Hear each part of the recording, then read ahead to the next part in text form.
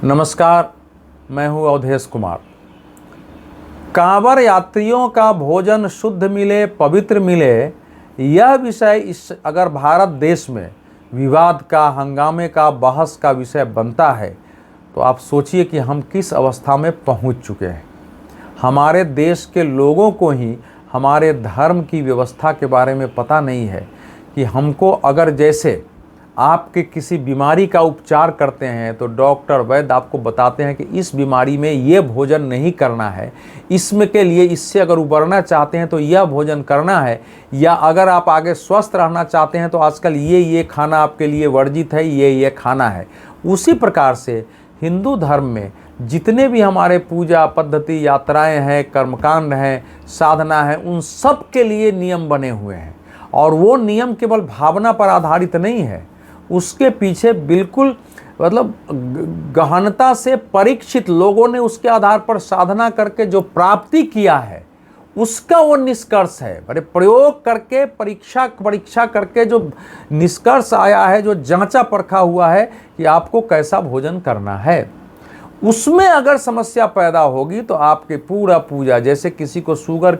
से मुक्ति पानी है और उसको आपने गुप्त तरीके से 10 दिन आपको उसको चीनी खिला दिया है तो उसकी तो व्यर्थ हो गया पूरी इलाज। उसी प्रकार से हमारी ये पूजा पद्धति होती है। जब इसको समझ लेंगे तब आपको विवाद ठीक से समझ में आएगा। तो इस समय अब एक पंडित जी वैष्णव ढाबा का विवाद सबसे बड़ा है। हालांकि पश्चिम उत्तर प्रदेश में खासकर मुजफ्फरनगर और उसके आसपास के इलाके की यात्राओं के कांवड़ यात्री के रास्ते पर इस समय अलग अलग हिंदू समूहों की कुछ टोलियां ढाबों में, होटलों में, रेस्टोरेंट में जाकर ये जांच कर रही है कि इसका मालिक कौन है। उसके आधार कार्ड देख रहे हैं, उसका QR कोड स्कैन करके पूछ रहे हैं, जो वहाँ स्टाफ काम कर रहे हैं उसकी जांच करने की कोशिश करते हैं। उसी में पंडित जी वैष्णव ढाबा में एक गोपाल नाम बताने वाले एक कर्मचारी को पकड़ा। लोगों को संदेह हुआ, फिर उसके बारे में और बाद में पता चल रहा है कि अब तो स्वयं बता रहा है कि मेरा नाम मुजम्मिल है। तो जो लोग ये आवाज़ उठा रहे हैं कि इनको कौन अधिकार दिया है, इनके खिलाफ पुलिस क्यों नहीं कार्रवाई करती है, ये कौन होते हैं कार्रवाई करने वाले, वो ये नहीं बोल रहे हैं कि अगर ये नहीं जाते वहाँ तो क्या गोपाल मुजम्मिल था इसका पता चलता। हमारे देश का संविधान सभी को मजहब, पंथ, जाति, नस्ल, लिंग, सबसे क्षेत्र, सबसे परे उठकर कहीं भी अपने अनुसार जीविकोपार्जन के लिए रोजगार करने, व्यापार करने का अधिकार देता है। इस अधिकार पर कोई भी अगर बाधा डालता है तो कानूनी रूप से वह अपराध करता है, उसमें सज़ा दी जा सकती है। लेकिन उसी प्रकार से हमारे यहाँ धर्म की भी स्वतंत्रता है और वो भी एक मौलिक अधिकार है। अगर अधिकार कानून की बात होती है तो कि हमारे धार्मिक मामलों में, हमारे आस्था के मामलों में अगर कोई पहचान छिपाकर, जानबूझकर जो हमारी मान्यता है उसके विपरीत काम करता है तो वह भी अपराधी है और वो भी दंड का भागी है।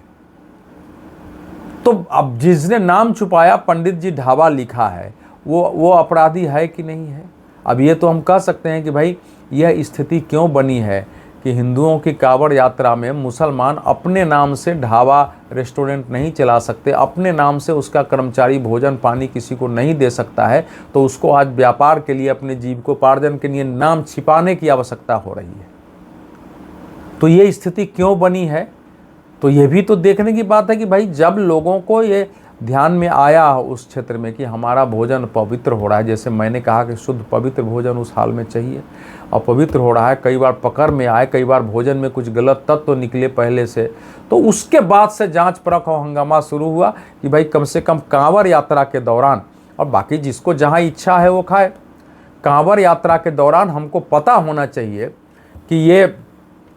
जो कुछ भी हमको जो भोजन हमको कराने वाला कौन है, ये पवित्र है कि नहीं, भोजन बनाने वाला कौन है, इस भोजन में क्या क्या सामग्री डाल दी गई है, और ये कानूनी रूप से भी रेस्टोरेंट को ये बताना अनिवार्य है। तो आप नाम बदल के कर रहे हैं, अब इस समय हो रहा है तो पुलिस कार्रवाई करेगी, तो पुलिस को तो पहले उस पर कार्रवाई करनी पड़ेगी जिस पर नाम बदला है। लेकिन ये विषय केवल पुलिस कार्रवाई का नहीं है। मैं ये मानता हूँ कि अगर हिंदुओं का पर्व त्यौहार है, जुलूस है, यात्राएं हैं, उन सब से अगर ये स्थिति पैदा हो जाए कि कोई मुसलमान वहाँ रोजगार कुछ करे ही नहीं, वहाँ होटल वगैरह चलाए नहीं,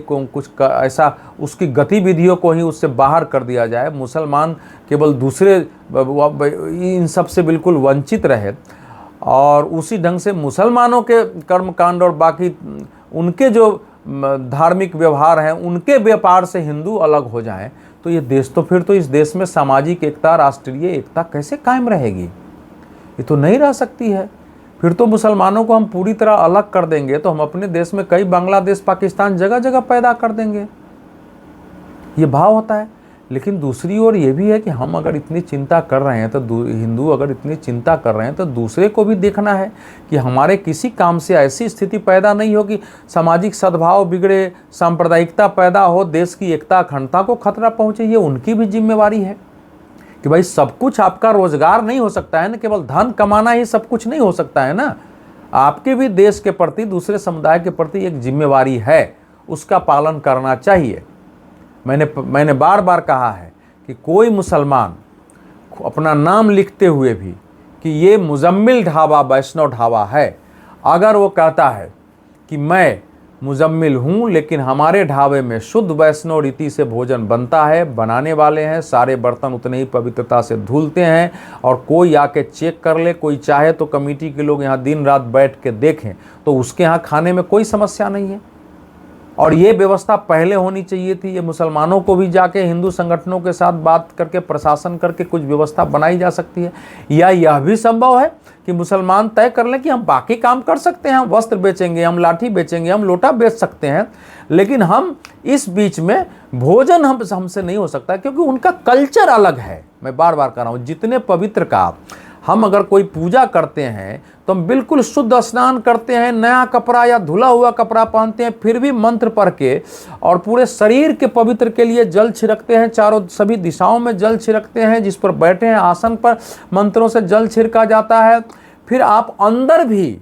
जबकि आप पूरे अंदर से साफ हो चुके हैं, आचमन करते हैं, तो इतनी शुद्धता का भाव किसी दूसरे मजहब और धर्म में ये व्यवस्था है ही नहीं। इसलिए यहाँ की जो भोजन और पानी की व्यवस्था है वो केवल इन सब भावनाओं को जानने वाले ही कर सकते हैं। हालांकि मैं मानता हूँ कि हिंदुओं में भी आज उस ढंग के लोग कम है जो इतने भाव से भोग लगा करके इतनी शुद्ध रीति से भोजन बनाए और करें, लेकिन इतना होगा कि हिंदुओं के अंदर ये भाव होगा कि हमारे कारण कोई कांवड़ यात्री का धर्म, मतलब उसके साथ उसकी जो संकल्प है प्राप्ति का, जो शरीर की शुद्धि है, उसमें बाधा न पहुंचे। ये विषय होता है दोनों की ओर।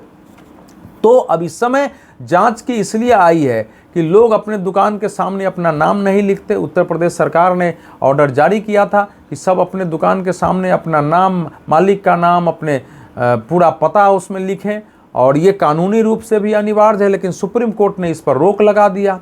तो अब स्थिति आई कि नाम बदल कर यही हो रहा है। पहले तो लोग खाते ही थे। तो ये जो लोग इसका विरोध कर रहे हैं सेकुलरिज्म के नाम पर, सेकुलरिज्म का भाव ये नहीं है कि कोई किसी के धार्मिक कर्मकांड में, जिस कर्मकांड का नियम ही यह है, यह नियम वैसे ही है जैसे आपको किसी बीमारी से मुक्त होना है तो डॉक्टर निश्चित दवाइयाँ देता है, फिर उसके साथ बताता है कि यह भोजन करना है, इस तरह से आपको पानी पीना है, आपको गर्म पीना है, आपको ठंडा पीना है, ये सब बताता है या वैद्य बताते हैं। ठीक उसी तरह से किसी पूजा में, किसी उपासना में आपको जो कुछ प्राप्त करना है उसके लिए रास्ते हैं, उसी के अनुसार उसका भोजन और सारी व्यवस्था होती है। ये बिल्कुल हमारे पूर्वजों ने अपनी साधना से, उनका प्रयोग करके एकदम एक्सपेरिमेंटेड है, ये वहाँ से ये विषय निकाला है। ये कोई ऐसा नहीं है कि ऐसे ही आधार बना दिया गया है। तो वो अगर कोई पूरा नहीं करता है तो आप समझिए कितने लोगों के संकल्प को समाप्त करता है कि सावन आते ही लोग चप्पल तक उतार देते हैं, पैदल चलना शुरू करते हैं, मांस मछली खाने वाले वो सब छोड़ देते हैं, बहुत सारे लोग नमक छोड़ देते हैं, जिनको बर्दाश्त नहीं होता है वो सेंधा नमक खाना शुरू करते हैं। उनके इतनी साधना को यात्रा के मार्ग में उनका अपवित्र कर दिया जाए, भंग कर दिया जाए, तो फिर ये कैसे चलेगा? इसीलिए ये आक्रामकता बढ़ी है कि पहले ऐसी घटनाएं हुई हैं। तो अब मैं इसके पक्ष में नहीं हूं कि इसके लिए लड़ाई और मारपीट हो। मैं मानता हूं कि मुसलमानों को भी ढाबा चलाने, भोजन की व्यवस्था करने का अधिकार है, लेकिन अगर वो इस मान्यता को नहीं मान सकते हैं तो उनको इस व्यापार से थोड़े दिनों के लिए दूर रहना चाहिए। अगर मान सकते हैं तो वहाँ के संगठनों से बात करके, चूंकि एक बार दूरी बढ़ गई है, एक बार भाव पैदा हो गया है, तो प्रशासन से उसके जो बड़े लोग हैं वो प्रशासन से बात करके और दिखा करके या जान करके कि हम कैसे भोजन बनाएंगे कि ये शुद्ध होगा, उसकी गारंटी के साथ, और किसी क्षण कोई आके जांच करे तो उसमें कोई बेईमानी, कोई जालसाजी सिद्ध नहीं हो, ऐसे लोग जरूर चला सकते हैं। लेकिन अगर ये नहीं कर रहे हैं, नाम छिपा रहे हैं, तो ये अपराध भी है, ये दूसरे के पूजा में बाधा डालना हुआ, ये अपवित्रीकरण हुआ, इसको स्वीकार नहीं किया जा सकता है। और हाल की हमने कई घटनाएं देखी हैं जहां भोजन में थूक डाल दिया गया है, जहां थूक से सब्जी मार दिया गया है, कुछ अजीब टाइप की स्थिति देखी गई है। तो ये अगर भावना किसी मजहब के कुछ लोगों में पैदा हो गई है कि हम जितने दूसरे का धर्म बिगाड़ेंगे उतना हमारा मजहब जो है, हम अपने मजहब का काम करेंगे, तो ऐसे लोगों से लोग सचेत होंगे। अब उनको भी, उनके समाज के लोगों को सोचना है कि हम इस प्रकार की घटनाओं को रोकें, और ऐसे जो लोग घटना करते हैं उनको प्रशासन के हवाले करें। खुद अगर मुसलमानों के अंदर ऐसे लोगों के विरुद्ध लोग खड़ा होकर बाहर निकलें तो धीरे धीरे ये खाई पटेगी, और जब कुछ लोग निकलेंगे तो उनका साथ मिलेगा, विश्वास बढ़ेगा। ये एक पक्षीय नहीं हो सकता है कि ये जो करने वाले जांच कर रहे हैं ये एंटी मुस्लिम है, ये लोगों के अधिकारों का हनन कर रहे हैं, इनके विरुद्ध कार्रवाई करो, ये दादागिरी कर रहे हैं, और दूसरे लोग क्या कर रहे हैं जानबूझ के जो कर रहे हैं, दोनों के ओर के विषय है। जब बात करनी पड़ेगी तो पूरी बात करनी पड़ेगी। जिसको भी देश की चिंता है, देश की एकता की चिंता है, सामाजिक सद्भाव बिगड़े, सांप्रदायिक एकता देश में कायम हो, सांप्रदायिक सद्भाव कायम हो, सामाजिक सांप्रदायिक समरसता इस देश में ठीक से कायम हो, इसकी चिंता जिनको भी है वो एक पक्षीय बात नहीं कर सकते हैं। जांच करने वाले अपराधी इसलिए नहीं हो सकते हैं कि उनको मालूम है कि यहाँ ये अपराध हो रहा है, अगर अपराध के खिलाफ ठीक से कार्रवाई नहीं की हुई है, ये पकड़ में आई है, तब लोग बाहर निकले हैं। ये हमेशा इसका ध्यान रखना चाहिए। और ये विषय जब तक इसका निश्चित समाधान नहीं होगा कि किसी दूसरे पक्ष के धार्मिक भावनाएं, मान्यताओं की पूर्ति हो, उनके अनुसार भोजन, गारंटी शुदा भोजन मिले, उनके साथ उनका विश्वास कायम हो, स्पष्ट रहे। मैं अनेक मुसलमानों को जानता हूँ जिनके घरों में भी अगर कोई हिंदू पहुंचता है तो उसके लिए जांच परख के उस पद्धति से जो चाहते हैं वो भोजन बनाते हैं। जबकि आजकल ज़्यादातर हिंदुओं के एक बड़ को इससे कोई समस्या नहीं होती है, वो उनके साथ जैसा उनका भोजन बनता है वो भी खा लेते हैं। बावजूद मैंने मुसलमानों के यहाँ भी, कुछ मुसलमानों के यहाँ देखे हैं, तो ऐसे भी इस समय मुसलमान हैं हमारे यहाँ। अगर कबीर खान हुए हैं जिन्होंने कृष्ण भक्ति में अपना जीवन लगाया है, रहीमन कवि हुए, अब्दुल रहीम खान खाना हुए हैं, जायसी हुए हैं, मलिक मोहम्मद जायसी हुए हैं, और अनेक ऐसे हुए हैं। तो आज भी वैसे मुसलमान हैं, लेकिन वैसे मुसलमानों को